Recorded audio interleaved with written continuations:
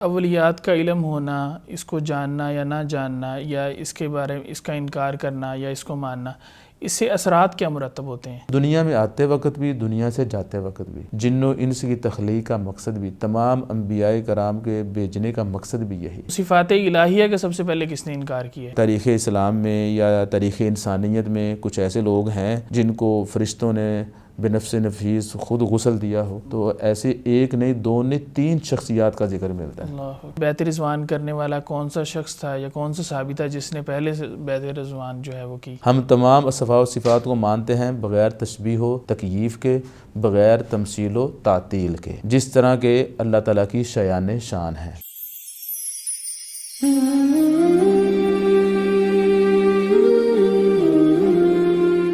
بسم اللہ الرحمن الرحیم، السلام علیکم ورحمۃ اللہ وبرکاتہ۔ ناظرین کرام، آپ دیکھ رہے ہیں پروگرام عقیدہ ہی راہ نجات ہے اور میں ہوں آپ کا میزبان حافظ سعد الرحمن۔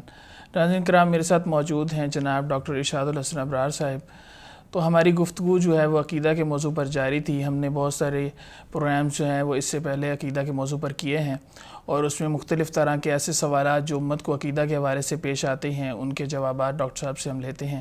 تو آج بھی انشاءاللہ اسی سلسلہ کو آگے بڑھائیں گے اور ڈاکٹر صاحب کی طرف چلتے ہیں اور ڈاکٹر صاحب سے انشاءاللہ سوالات کرتے ہیں۔ ڈاکٹر صاحب کیسے ہیں آپ؟ جی الحمدللہ، اللہ تعالیٰ کا بڑا شکر۔ آپ سنائیں؟ الحمدللہ آپ کے وقت کا بہت شکریہ۔ آپ نے بارک اللہ فیکم۔ ڈاکٹر صاحب، اکثر علماء کرام سے سنا ہے کہ وہ ایک ٹرم بولتے ہیں جو اولیات عقیدہ کے نام سے، تو اس کی ڈیفینیشن کیا ہے، اس سے کیا مراد ہے، اور یہ کن چیزوں کے بارے میں بولا جاتا ہے؟ آپ اس کی ذرا وضاحت فرما دیں۔ کچھ اہل علم جو ہیں اوائل یا الاوائل عام اصطلاح بھی بولتے ہیں، اور خاص اصطلاح جو ہے وہ اولیات عقیدہ، یہ دونوں طرح بولی جاتی ہیں۔ ٹھیک ہے۔ آپ جانتے ہیں کتب احادیث میں مختلف کتب ہوتی ہیں۔ مثال کے طور پر صحیح بخاری شریف جو ہے، اس کے اندر پھر چیپٹرائزیشن یا جو ابواب بندی کی جاتی ہے، اس میں کتاب الصلاۃ ہے، کتاب الجہاد ہے، کتاب الصیام ہے، کتاب الزکوٰۃ وغیرہ ہے۔ تو اسی طرح ایک ہے کتاب الاوائل یا کتب الاوائل، یہ ٹرم بولی جاتی ہے۔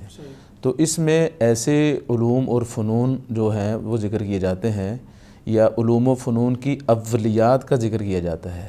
مثال کے طور پر اگر ہم سیرت کی بات کریں تو سیرت میں سب سے پہلا یہ کام، سب سے پہلا فلاں کام۔ تو اگر ہم بات کریں نماز کی تو اس میں سب سے پہلی چیز یہ، سب سے پہلا یہ حکم، سب سے پہلا یہ رکن، سب سے پہلے یہ مستحب چیز۔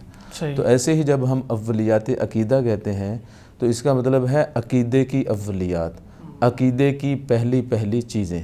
مثال کے طور پر سب سے پہلے کس انسان کی تخلیق ہوئی، یا قرآن مجید جو ہے یہ سارے کا سارا وہی ہے، لیکن سب سے پہلی وہی کون سی ہے؟ قرآن مجید میں سب سے پہلے کس چیز کا حکم دیا گیا، یا سب سے پہلے کس چیز سے منع کیا گیا؟ اسی طرح جب قیامت ہوگی، قیامت والے دن جو اب لوگ اپنی قبروں سے اٹھیں گے، سب سے پہلے قبر سے کون اٹھے گا؟ سب سے پہلے جنت میں کون داخل ہوگا؟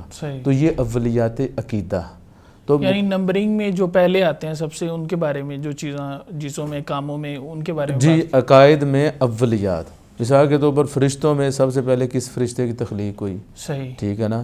تو اس طرح ساری اولیات، ویسے تو سارے فرشتوں کی تخلیق ہوئی، لیکن سب سے پہلے کس فرشتے کی تخلیق؟ تمام انسانوں کو اللہ تعالیٰ نے پیدا کیا، سب سے پہلے کس انسان کو پیدا کیا گیا؟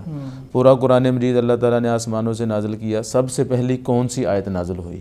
تو یہ مراد ہے اولیات عقیدہ سے۔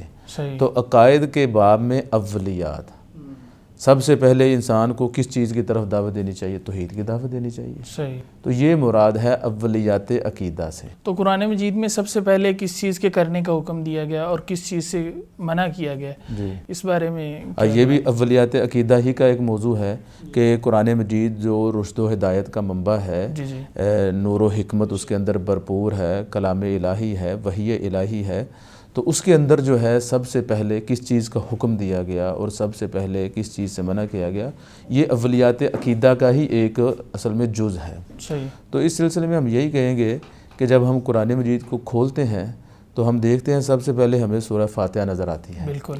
اس میں باوجود اس کے کہ اللہ رب العالمین نے 20 ادب و آداب اور احکام و مسائل کا ذکر تو کیا ہے، لیکن اپنے بندوں کو ڈائریکٹ اللہ تعالیٰ نے کوئی حکم نہیں دیا۔ صحیح۔ اس طرح اس کے بعد اگر ہم دیکھیں تو ہمیں سورہ البقرہ نظر آتی ہے. جی بالکل. اس کی بھی پہلی 20 آیات میں اللہ رب العالمین نے صحابہ کرام کا ذکر کیا، پھر کچھ منافقین کا ذکر کیا، کچھ اور چیزیں ذکر کی، لیکن پہلی 20 آیات میں بھی اللہ تعالیٰ نے کوئی حکم نہیں دیا. 21 نمبر آیت میں اللہ تعالیٰ نے قرآن مجید میں جو سب سے پہلے حکم دیا وہ صرف اور صرف اپنی عبادت کا حکم دیا. اللہ تعالیٰ فرماتے ہیں یا ایھا الناس اعبدوا ربکم الذی خلقکم والذین من قبلکم لعلکم تتقون. اے لوگو اپنے اس رب کی عبادت کرو جس نے تمہیں اور تم سے پہلے لوگوں کو پیدا کیا، یہی تمہارا بچاؤ ہے. تو پھر اس سے اگلی آیت نمبر 22 میں اللہ تعالیٰ نے سب سے پہلے جس چیز سے منع کیا اس کا ذکر کیا. الذی جعل لکم الارض فراشا والسماء بناء وانزل من السماء ماء فاخرج به من الثمرات رزقا لکم فلا تجعلوا للہ اندادا وانتم تعلمون. تو اللہ تعالیٰ نے کہا کہ تم جانتے بھی ہو کہ اللہ ایک ہے، تو اس کے باوجود اگر تم اللہ تعالیٰ کے ساتھ شریک ٹھہراؤ، اس سے بڑا جرم اور کیا ہو سکتا ہے. تو سب سے پہلا حکم صرف ایک اللہ کی عبادت کا ہے، اور سب سے پہلی نہیں یا جس چیز سے منع کیا گیا ہے وہ شرک ہے. توحید الوہیت، ایک اللہ کی عبادت، یہی اصل میں انسانیت کی تخلیق کی غرض و غایت ہے. جیسا کہ اللہ تعالیٰ فرماتے ہیں وَمَا خَلَقْتُ الْجِنَّ وَالْإِنسَ إِلَّا لِيَعْبُدُونَ. تو جن و انس کی تخلیق کا مقصد ہی توحید الہیت ہے، ایک اللہ رب العالمین کی عبادت ہے. اگر ہم اس کو مزید تھوڑا سا وضاحت کے ساتھ دیکھیں تو تمام انبیاء کرام کی دعوت کا مرکز و محور بھی توحید الوہیت ہے. وَلَقَدْ بَعَثْنَا فِي كُلِّ أُمَّةٍ رَسُولًا أَنِ اعْبُدُوا اللَّهَ وَاجْتَنِبُوا الطَّاغُوتَ. یہی اسلام کا ظاہر اور باطن ہے، یہی اسلام کی ابتدا اور انتہا ہے. بلکہ روئے زمین پر اگر کسی انسان مکلف پر سب سے پہلے کوئی چیز واجب ہوتی ہے وہ توحید الوہیت ہے. اس دنیا سے آتے وقت بھی اور اس دنیا سے جاتے وقت بھی، جیسا کہ حدیث میں آتا ہے، رسالت مآب صلی اللہ علیہ وآلہ وسلم نے فرمایا من کان آخر کلامہ لا الہ الا اللہ دخل الجنہ. تو دنیا میں آتے وقت بھی، دنیا سے جاتے وقت بھی، جن و انس کی تخلیق کا مقصد بھی، تمام انبیاء کرام کے بھیجنے کا مقصد بھی یہی، آسمانی کتابوں کے نزول کا مقصد بھی توحید الوہیت ہی ہے. تو یہی قرآن مجید کا سب سے پہلا حکم ہے، اور اس کی جو متضاد ہے شرک، اس سے ہی اسلام نے، قرآن نے سب سے پہلے منع کیا ہے. ڈاکٹر صاحب، اولیات کا علم ہونا، اس کو جاننا یا نہ جاننا، یا اس کے بارے میں اس کا انکار کرنا یا اس کو ماننا، اس سے اثرات کیا مرتب ہوتے ہیں؟ دیکھیں، اولیات یہ ایک قسم کا ایک دلچسپ عنوان ہے، ایک دلچسپ موضوع ہے. ویسے آپ کو کسی بھی علم کا یا فن کا پتہ ہونا یہ تو اچھی بات ہے، لیکن اگر اس فن کی اولیات کو پتہ ہو تو اس کا مطلب ہے آپ اس فن یا اس علم کے بارے میں مکمل دسترس رکھتے ہیں. تو اگر کسی کو اولیات عقیدہ کا پتہ ہے تو اولیات عقیدہ سے مطلب یہ ہے، مثال کے طور پر ارکان ایمان جو ہیں 6، ایمان بالملائکہ میں اولیات، ایمان بالرسل میں اولیات، ایمان بالیوم الآخرہ میں اولیات، ایمان بالکتب میں اولیات، ایمان بالقدر میں اولیات، اس طرح امامت و خلافت کے مسائل میں اولیات، فرق اور جو ہے فرق باطلہ وغیرہ ادیان، ان کے بارے میں اولیات. جب آپ عقائد کی اولیات کو جانتے ہیں، سیکھتے ہیں، اس کا مطلب ہے آپ اس فن، اس علم کے بارے میں مکمل معلومات حاصل کرتے ہیں. تو وہ مکمل ایک تاریخ اور ہسٹری ہوتی ہے، ایک گویا کہ آپ انسائیکلوپیڈیا بن جاتے ہیں. تو یہ بہت ضروری ہوتا ہے، اور یہ وہ لوگ ہوتے ہیں جو اہل علم ہوتے ہیں، جو کسی بھی علم کے، کسی بھی فن کے ماہر لوگ ہوتے ہیں، وہ عام طور پر اولیات کو جانتے ہیں، سیکھتے ہیں، سمجھتے ہیں، پڑھتے اور پڑھاتے ہیں. صحیح.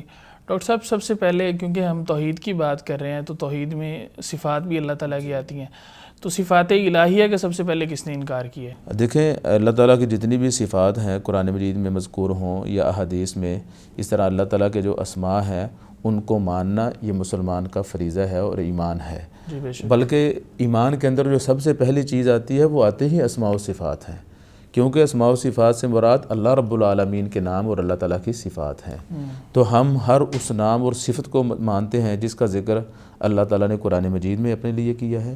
اس طرح ہر وہ صفت یا ہر وہ نام جس کا اثبات رسالت مآب صلی اللہ علیہ وسلم نے احادیث میں کیا ہے. ہم تمام اسماء و صفات کو مانتے ہیں بغیر تشبیہ و تکییف کے، بغیر تمثیل و تعطیل کے، جس طرح کہ اللہ تعالیٰ کی شایان شان ہے۔ اور یہی صحابہ کرام کا، تابعین کا، اہل علم کا، اہل السنہ کا آج تک منہج نبوی ہے، یہی ہم اس کو مانتے ہیں۔ لیکن کچھ لوگ ایسے ہیں، انہوں نے اللہ رب العالمین کے اسماء و صفات کا انکار کر دیا۔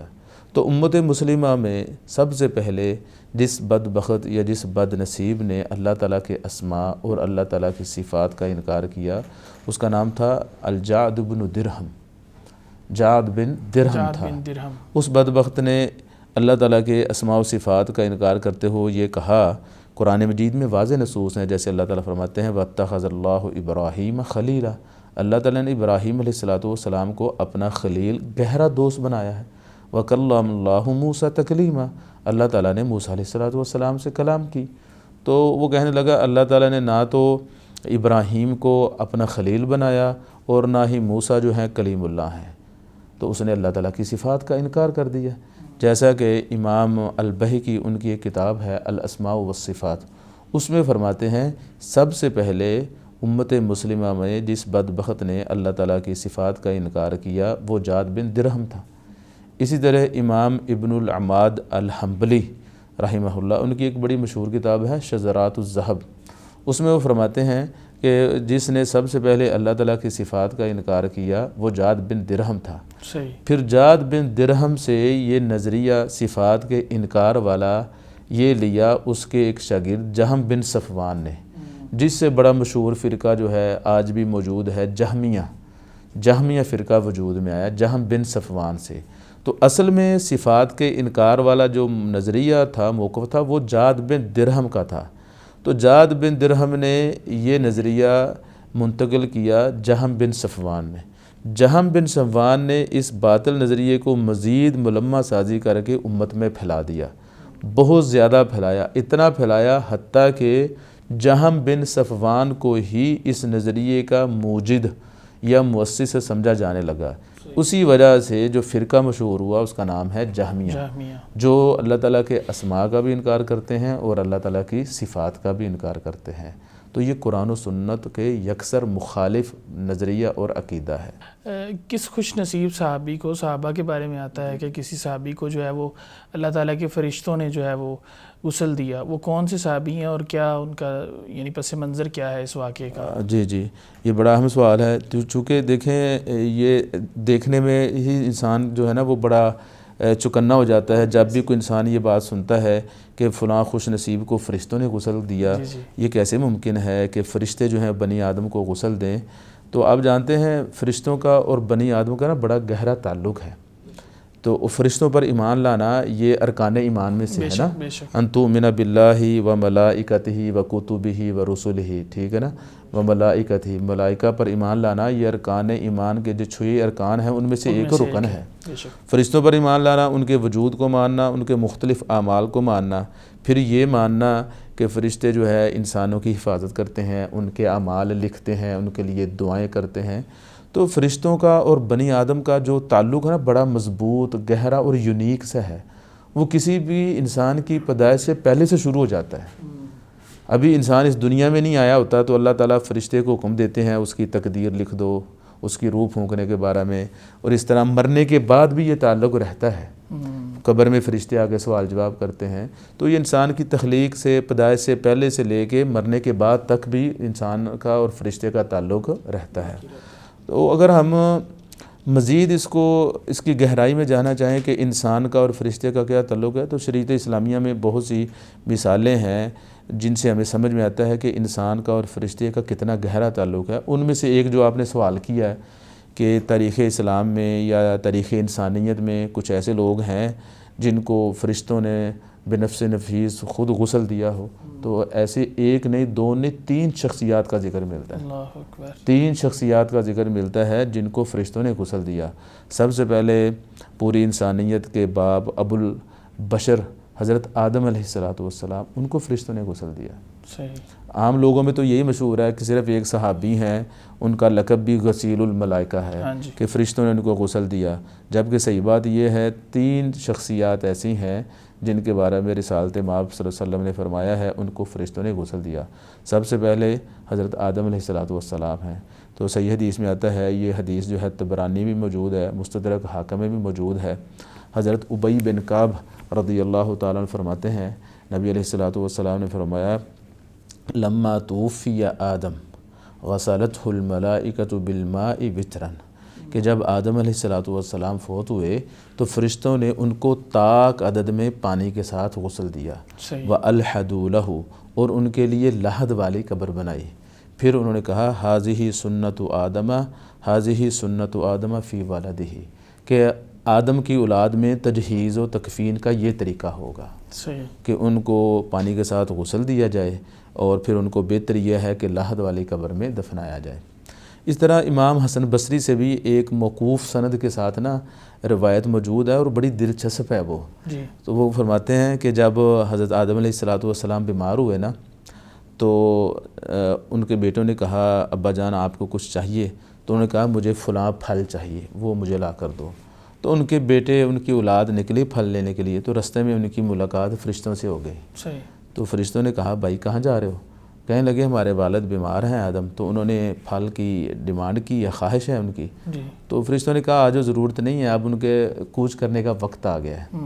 تو جب وہ گھر آئے تو گھر پہنچے، آدم علیہ السلام نے فرشتوں کو دیکھا، اماں حوا نے بھی دیکھا، تو اماں حوا نے پہچان لیا کہ اب یہ میرے جو ہے وہ خاوند ہسبینڈ ان کو لے جائیں گے۔ تو وہ لفظ آتے ہیں روایت میں فلسکت بھی آدم، کہ اماں حوا جو ہیں علیہ السلام آدم علیہ السلام کے ساتھ لپٹ گئیں۔ تو آدم علیہ السلام نے فرمایا الیک عنی، آپ مجھے چھوڑ دیں، مجھ سے دور ہو جائیں، لے جانے والے رب کے بھیجے ہوئے قاصدین آ گئے ہیں۔ جب یہ آتے ہیں تو پھر جانا ہی پڑتا ہے، ٹھیک ہے نا۔ تو بہرحال پھر وہ لمبی حدیث ہے، موقوف ہے لیکن سندن صحیح ہے۔ تو اس میں یہ ہے کہ فرشتوں نے آدم علیہ السلام کی روح قبض کی، ان کی اولاد دیکھ رہی تھی، فرشتوں نے ان کو غسل دیا، فرشتوں نے ان کو کفن پہنایا، فرشتوں نے ان کو خوشبو بھی لگائی، یہ سارا کچھ وہ دیکھ رہے تھے، یعنی ویزیبلی وہ دیکھ رہے تھے، یعنی ایسا نہیں جیسے ہمیں نظر نہیں آتا۔ جی اس کی مکمل کیفیت کیا تھی؟ فرشتے ان کو فرشتوں کی شکل میں نظر آ رہے تھے، انسانی شکل میں نظر آ رہے تھے، وہ پوری کیفیت کیا تھی یہ تو اس میں حدیث میں موقوف سند کے ساتھ ہے، اس میں ذکر نہیں ہے، لیکن یہ ہے کہ وہ دیکھ رہے تھے۔ اب وہ کیا دیکھ رہے تھے، کیا منظر تھا، حقیقت میں فرشتے ان کو انسانی شکل میں نظر آ رہے تھے، یہ اللہ عالم۔ اور آپ جانتے ہیں مختلف انبیاء کرام کے پاس فرشتے انسانی شکل میں آئے ہیں، لوط علیہ السلام کا قصہ، دیگر انبیاء کا قصہ بھی ہے۔ اس طرح ایک دوسری شخصیت جو عام لوگوں میں مشہور ہے، حضرت حنظلہ بن عامر الراہب رضی اللہ تعالیٰ عنہ، تو وہ بھی روایت مستدرک حاکم میں موجود ہے، صحیح سند کے ساتھ ہے، شیخ البانی رحمہ اللہ نے اس کو صحیح کہا ہے۔ تو وہ حضرت عبداللہ بن زبیر رضی اللہ تعالیٰ عنہ فرماتے ہیں رسالت مآب صلی اللہ علیہ وسلم نے فرمایا غسلتہ الملائکہ، کہ حنظلہ کو فرشتوں نے غسل دیا ہے۔ یہ احد والے دن کا واقعہ ہے۔ تو جب جنگ احد ہوئی تو جب نبی علیہ السلام نے یہ کہا نا، صحابہ کرام وہ خوشی کے مارے کہ حنظلہ نے کون سا عمل ایسا کیا ہے کہ رب کی نوری مخلوق آسمانوں سے اتری ان کو غسل دینے کے لیے۔ تو وہ گئے ان کے گھر ان کی وائف سے پوچھنے کے لیے۔ ان کی وائف کا نام تھا جمیلہ بنت ابی بن سلول۔ تو ان سے جا کے پوچھا انہوں نے تو کہ آپ کے خاوند کا کون سا ایسا عمل تھا، فلاں تھا۔ تو انہوں نے کہا لما سمع الہاعۃ خرج وہو جنوب، کہ جب رات کے وقت انہوں نے خوفناک آواز سنی، ایک درد بری آواز سنی جہاد کے لیے، تو وہ نکل گئے اور وہ حالت جنابت میں تھے۔ تو حالت جنابت میں تھے، وہ اسی ٹائم چلے گئے۔ ایک امام ہے ابو عبد الرحمن السہیلی، ان کی ایک کتاب ہے الروض العنف، اس میں انہوں نے تفصیل کے ساتھ ذکر کیا ہے۔ اس میں وہ فرماتے ہیں کہ ان کی وائف نے رات کو خواب دیکھا، خواب میں ان کو دکھایا گیا کہ آسمانوں سے ایک دروازہ کھلا ہے، اس میں حضرت حنظلہ رضی اللہ تعالیٰ عنہ داخل ہوئے، بعد میں وہ دروازہ بند ہو گیا۔ تو انہوں نے سمجھ لیا کہ یہ جنت میں داخل ہو گئے ہیں، اب یہ گئے دنیا سے۔ تو حالانکہ وہ جہاد کے لیے گئے تھے، مطلب کیا ہے کہ ان کی شہادت ہو گئی۔ تو چونکہ وہ حالت جنابت سے اپنی وائف کے بعد، بلکہ روایات میں لفظ ہیں وہ ان کی پہلی رات تھی شادی کی، اللہ اکبر، یہ ہے اللہ اور اس کے رسول سے محبت، دین کے لیے انہوں نے اپنی جان ہتھیلی پر رکھ کے اللہ کے راستے میں نذرانہ اور پیش فوراً کر دی نکل گئے، اور فوراً نکل گئے. یہ ایمان ہے. اسی وجہ سے اللہ تعالیٰ نے قرآن مجید میں کہا فَإِنْ آمَنُوا بِمِثْلِ مَا آمَنْتُمْ بِهِ فَقَدِ اهْتَدَوْا. اگر رہتی دنیا قیامت تک کے آنے والے لوگ صحابہ کرام جیسا ایمان لائیں گے نا تو پھر وہ ہدایت یافتہ ہوں گے. تو صحابہ کرام کا ایمان امت کے لیے معیار ہے، یہ ہمیں سمجھنا چاہیے. نبی علیہ الصلوۃ والسلام کے تراشے ہوئے یہ تیار کردہ ایسے ہیرے تھے، ان کو جہاں پر بھی فٹ کیا جائے وہ فٹ ہو جاتے تھے. اہل سنت کا یہ منہج ہے، جس طرح رسالت مآب صلی اللہ علیہ وسلم تمام انبیاء سے افضل ہیں، ایسے ہی صحابہ کرام تمام انبیاء کرام کے ساتھیوں سے افضل ہیں. تو بہرحال نبی علیہ الصلوۃ والسلام نے فرمایا کہ حضرت حنظلہ رضی اللہ تعالیٰ عنہ کو فرشتوں نے غسل دیا ہے. تو جب صحابہ کرام نے پوچھا تو پتہ چلا کہ وہ پہلی ہی رات شادی کی ان کی، اور جب وہ جہاد کے لیے نکلے وہ حالت جنابت میں تھے، تو ان کو غسل کرنے کی بھی فرصت نہیں ملی. تو پھر اللہ تعالیٰ نے ان کو یہ اعزاز دیا کہ اللہ تعالیٰ نے فرشتے بھیجے، فرشتوں نے آ کر حضرت حنظلہ رضی اللہ تعالیٰ عنہ کو غسل دیا. اس طرح جو تیسری شخصیت ہے ان کو بھی جنگ احد والے دن ہی فرشتوں نے غسل دیا. وہ بھی عام لوگوں کے علم سے یا نظروں سے اجل ہوتی ہے. یہ سیدنا حنظلہ کا ہی جو مشہور منظور ہے، ان کا لقب ہی مشہور ہے غسیل الملائکہ. جی بالکل. تیسری جو شخصیت ہے وہ حضرت حمزہ رضی اللہ تعالیٰ عنہ ہے، نبی علیہ الصلوۃ والسلام کے چچا ہیں جو. تو ان کے بارے میں بھی جو مستدرک حاکم میں ہی روایت موجود ہے. دیکھیں اتفاق سے 3 شخصیات ہیں، تینوں کے بارے میں جو روایات ہیں مستدرک حاکم میں موجود ہیں. یاد رکھنے کا آسان اور سمپل طریقہ ہے. تو ان کے بارے میں حضرت عبداللہ بن عباس رضی اللہ تعالیٰ عنہ فرماتے ہیں نبی علیہ الصلوۃ والسلام نے فرمایا غسلتہ الملائکہ. تو حضرت حمزہ رضی اللہ تعالیٰ عنہ کو بھی فرشتوں نے غسل دیا. پھر ایک روایت میں آپ علیہ الصلوۃ والسلام نے فرمایا رأیت تغسلہما الملائکہ، میں نے دیکھا حنظلہ اور حمزہ رضی اللہ تعالیٰ عنہما دونوں کو فرشتے غسل دے رہے تھے. تو ان کا بھی اسباب بعض روایت میں آتا ہے، ان کا بھی سبب یہی تھا کہ وہ حالت جنابت میں ہی شہید ہوئے تھے، حضرت حنظلہ رضی اللہ تعالیٰ عنہ کی طرح. مولانا الطاف حسین حلی رحمہ اللہ نے بڑا خوبصورت شعر ایک بات کہی ہے، فرشتے سے بڑھ کر ہے انسان بننا، فرشتے سے بڑھ کر ہے انسان بننا، مگر اس میں لگتی ہے محنت زیادہ. تو فرشتوں پر ایمان لانا یہ ارکان ایمان میں سے ایک ہے. فرشتوں کے مختلف اعمال پر ایمان لانا ایک ہے. اور یہ بھی ہمیں ایمان لانا چاہیے کہ کچھ فرشتے ایسے بھی ہیں جو ہمارے دائیں بائیں موجود ہیں، ہماری ہر چیز لکھ رہے ہیں. کرامن کاتبین یعلمون ما تفعلون. ہر قول سے پہلے، ہر فعل سے پہلے انسان کو چاہیے کہ وہ سوچے کہ فرشتے لکھ رہے ہیں. وہ مجھے ایک اور بڑی دلچسپ بات یاد آئی، ایک فرشتہ دائیں جانب اور ایک بائیں جانب. ایک فرشتہ دائیں جانب اور ایک بائیں جانب. سوچو انسان کتنی بے اعتبار مخلوق ہے. اللہ تعالی ہم سب کے حال پہ رحم فرمائے.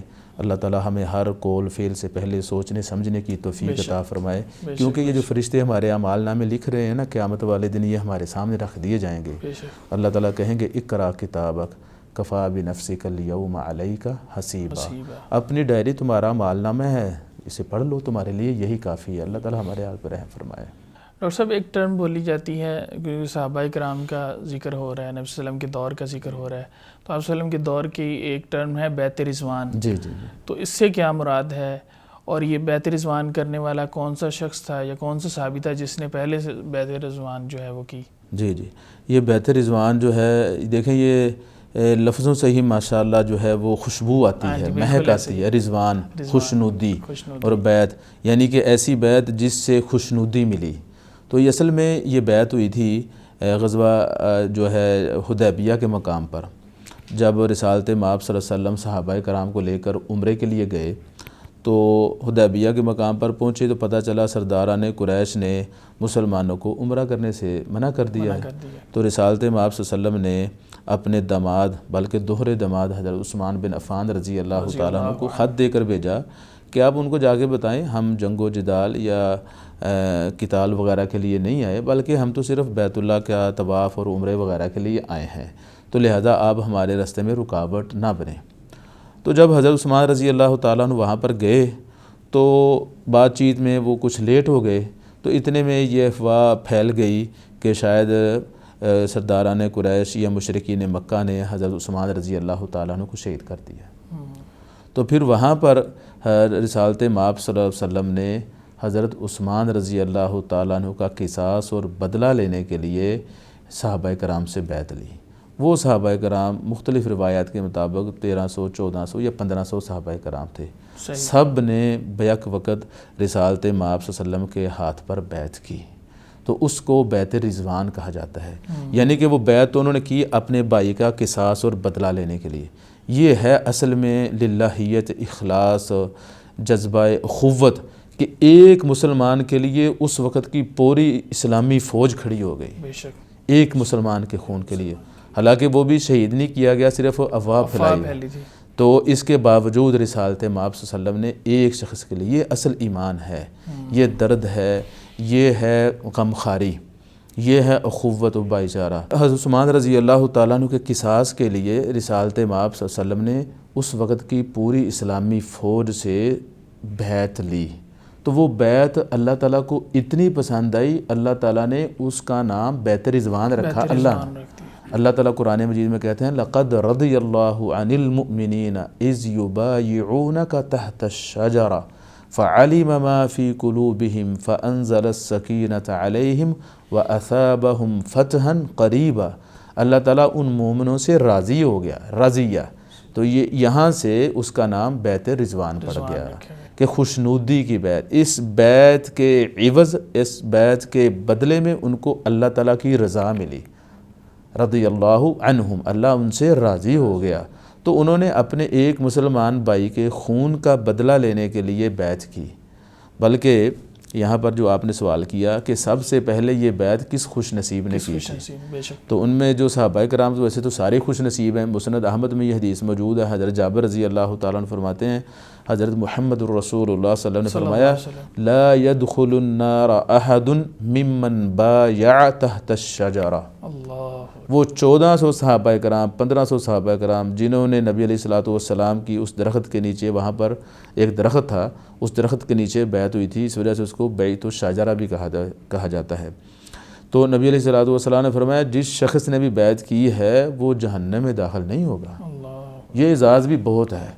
تو ان میں سے بھی پھر وہ خوش نصیب جس نے سب سے پہلے بیعت کی، تو حدیث میں آتا ہے حضرت ابو سنان عبداللہ بن وہب الاسدی رضی اللہ تعالیٰ عنہ، ان کا تعلق جو قبیلہ بنو اسد سے تھا، تو انہوں نے آ کر کہا، نبی علیہ الصلوۃ والسلام سے عرض کی یا رسول اللہ انا ارید ان ابایعک، میں آپ کی بیعت کرنا چاہتا ہوں۔ تو نبی علیہ الصلوۃ والسلام نے پوچھا الا تبایعنی، تم مجھے میری کس چیز پر بیعت کرنا چاہتے ہو؟ انہوں نے کہا الا ما فی نفسک، جو آپ کے دل میں ہے۔ پوچھا ہی نہیں، انہوں نے کہا جو آپ بیعت لے لیں۔ اللہ اکبر، کیوں نبی علیہ الصلوۃ والسلام کی جو اطاعت ہے وہ غیر مشروط ہے۔ انہوں نے کہا جو آپ بیعت لے لیں حاضر ہیں۔ تو پھر بعض روایات میں آتا ہے پھر بعد میں آ کے صحابہ کرام نے بھی یہی کہا کہ جس چیز پر ابو سنان عبداللہ بن وہب الاسدی نے بیعت کی ہے ہم بھی اسی چیز پر بیعت کرتے ہیں، یعنی کہ جو کچھ آپ کے دل میں ہے، پوچھا بھی نہیں ہے، جو کچھ آپ کے دل پر ہے اس پہ ہم بیعت کرتے ہیں۔ اسی وجہ سے اللہ تعالیٰ نے کہا نا کہ اولئک الذین امتحن اللہ قلوبہم للتقوی، یہ وہ لوگ ہیں جن کا اللہ تعالیٰ نے امتحان لیا تو ان کے دلوں کے اندر تقوی ہے، پرہیزگاری ہے۔ تو سب سے پہلے ابو سنان عبداللہ بن وہب الاسدی رضی اللہ تعالیٰ عنہ نے یہ بیعت کی، تو پھر اللہ تعالیٰ نے قرآن مجید ان کے لیے نازل کر دیا، اور تا قیامت یہ قرآن مجید تلاوت ہوتا رہے گا۔ تو اس لیے صحابہ کرام سے محبت، صحابہ کرام کے ایمان کو معتبر ماننا، ان کے ایمان جیسا اپنا ایمان بنانا، یہ اصل ایک مسلمان کا شیوا ہے۔ بے شک بے شک۔ ڈاکٹر صاحب آپ کا بہت شکریہ، بہت خوبصورت گفتگو آپ نے فرمائی، اور انشاءاللہ امید کرتے ہیں آئندہ بھی یہ سلسلہ جاری رہے گا انشاءاللہ۔ تو ناظرین کرام، آپ نے دیکھا کہ ہم نے آج کے پروگرام میں بھی عقیدہ سے متعلق گفتگو کی، اس میں ہم نے صحابہ کرام کے بارے میں بھی ہم نے گفتگو کی، ان کی فضیلت کے بارے میں، ان کے جذبہ ایمانی کے بارے میں، ان کے ایمان جیسا ایمان رکھنا بھی یہ عقائد میں سے ایک چیز ہے، عقیدے کا حصہ ہے، تو اسی لیے ہم نے اس کا بھی ذکر کیا۔ تو آج کے لیے ہمیں اجازت دیجیے، السلام علیکم ورحمۃ اللہ وبرکاتہ۔